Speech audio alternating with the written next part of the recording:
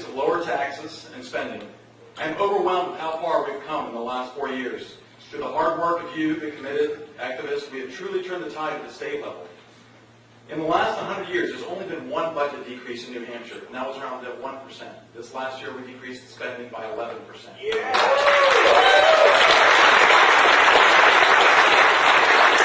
While New Hampshire has started to tighten its belt and live within its means, the federal government continues to tax, borrow, print, and spend without limits. With a deficit to GDP ratio near Greece levels, there's getting to be very little time to turn this country around. It's absolutely critical that we elect the next president, a person who will not just slow the growth of government, but will shrink it. Someone who has consistently voted against every tax increase, has never voted for an unbalanced budget, and has never voted to increase the debt ceiling. And that man is Dr. Paul.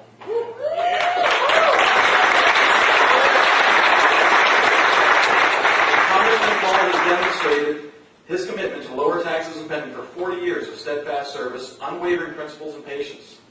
For many of us here, he has served as both an example and a role model, showing us what can be accomplished if you refuse to back down, refuse to go along to get along. And while those of us in New Hampshire have been busy these last 4 years reversing the out-of-control spending from the previous years, Dr. Paul has continued to speak of the dangers of an overspending, overtaxing government that tries to solve all the problems by printing more money. And people are listening. For perhaps the first time in modern American history, phrases like gold standard, Federal Reserve System, and monetary policy can be heard in everyday conversations in restaurants and grocery stores, on college campuses, and even in the State House. People see the government growing, the debt growing, and inflation of food and energy, and they are justifiably worried. No one, literally no one in the country, could more credibly stand up at this point and say, "I told you so," to Dr. Paul. But of course he doesn't say that. He does what he always has done. Calmly, honestly, consistently stand up for sound monetary and economic policy, for rational foreign policy, and for the rights of the individual. So if you believe in living in government, lower taxes, and lower spending, I urge you to support Dr. Paul, and obviously you are. You're here today. The man who never voted to increase our debt and who turned down his government pension. The man who inspired the Tea Party movement to call for lower spending. The man who served in the Air Force like myself and has delivered over 4,000 babies. Congressman Paul is the only candidate I trust to shrink the size of government. Thank you for supporting him as your next President of the United States, Congressman Ron Paul.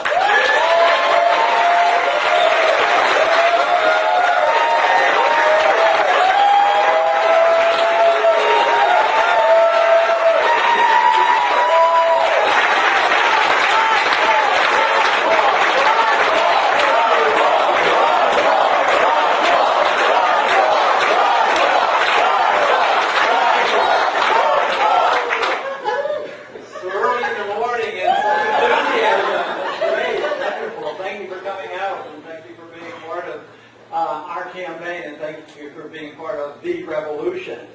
You know, the really bad news is that Washington is still very much messed up. And the good news is the revolution is alive and well and growing. Let me tell you.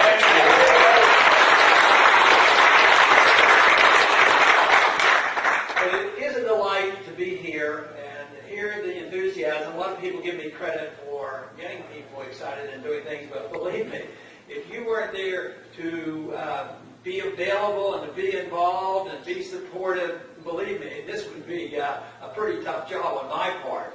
All I know, I don't know if you've noticed, but the campaigning is getting a lot easier than it was 4 years ago, let me tell you.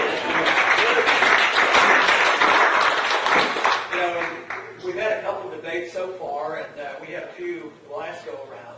And last go-around, if we talked about foreign policy or talked about monetary policy, do you remember that sometimes there were snickers and sometimes there were boos?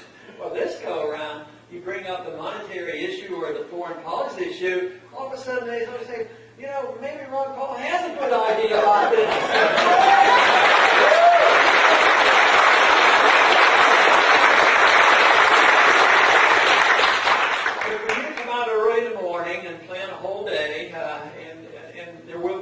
There's work and effort, and you even came out with the weather report before you know it could get very, very hot today, but maybe it looks like the weather has cooled down a lot. But it can be looked at as hard work, and campaigning is hard work, and what all of us do can be hard work. But you know what I have advised, and I think I sense that you understand it very well, there can be a lot of fun in it because, the truth is we don't know exactly what happens tomorrow or the next day in the life of our country or in our own lives. So we have to live for the moment and actually do our very best, have goals and have good beliefs and strong principles. But in doing that, we have to have fun doing it as well.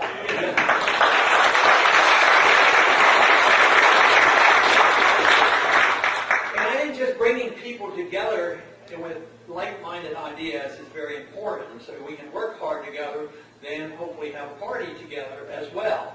But the magnificent thing about what has happened and what the freedom movement does is why I'm delighted with it. It does bring people together that are different.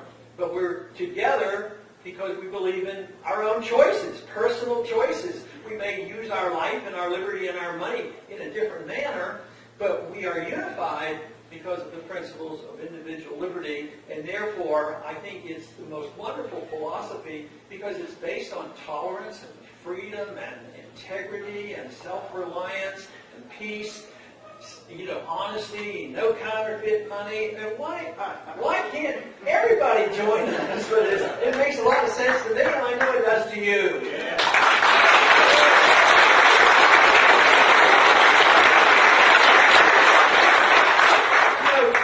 I don't know how well the straw polls and the early polls reflect, long term, but there's been some very favorable things. When we get involved in straw votes, we do very, very well. That means that people do believe, people like you do believe, and you will work hard and show up and do the things necessary. But then there are the national polls done by independent agencies and groups, and sometimes they can be very frustrating because, I don't know if you've noticed, but sometimes they will have a poll and they'll have 6 candidates, but my name won't be in it. I wonder where I ought to come in on that poll. But yesterday it was a little bit encouraging. At least the headline looked great. But what it means long term is a different story because we still have a long way to go. And that was the Rasmussen poll. And I think this is very important if people, even in the establishment, think about it. Even if there's disagreement with some of our views, they're all in for it for politics and they all want to win. But I think the real test of our philosophy is bringing people together. Not only the Republican Party together in a narrow sense, but bringing the independents together as well as bringing Democrats over. So the poll that they did yesterday was my name matched up, to Obama. And it came out, what was it, 4 points or so different. It was, 41 to 37. So, and I've always believed that the philosophy is very, very receptive to a broader audience. And I understand some of your activities today will be reaching out to independents. And I also understand that this state has a lot of independents. It's like the majority, and that will be allowed to vote in the primary. So it's really a great opportunity for us. And, there's always talk, every election cycle they talk, well, what do you think about the importance of 2 states, Iowa and New Hampshire? Why do they get all this attention? Isn't this wrong? Shouldn't this be, a national primary? And it's some people who don't want to, be in a contest in Iowa or New Hampshire. You sort of can understand what they're saying, but from our viewpoint, I think the neat part about it is if you don't have the really, really big bucks, like hundreds of millions of dollars, what it does, it gives you an opportunity to run in these states with energized people, and in both states. And to me, I look at it now like it's a big congressional race more than anything else. It's not a national race. But can you imagine if they ever drifted to a single primary and one day you had to compete in New York and California all at one time? That would really squeeze any independent-minded people right out. So it is a wonderful opportunity for us to be able to show our strength. And to me, the strength comes from the philosophy. It comes from the energized individuals like yourselves. People who are energized can convince other people.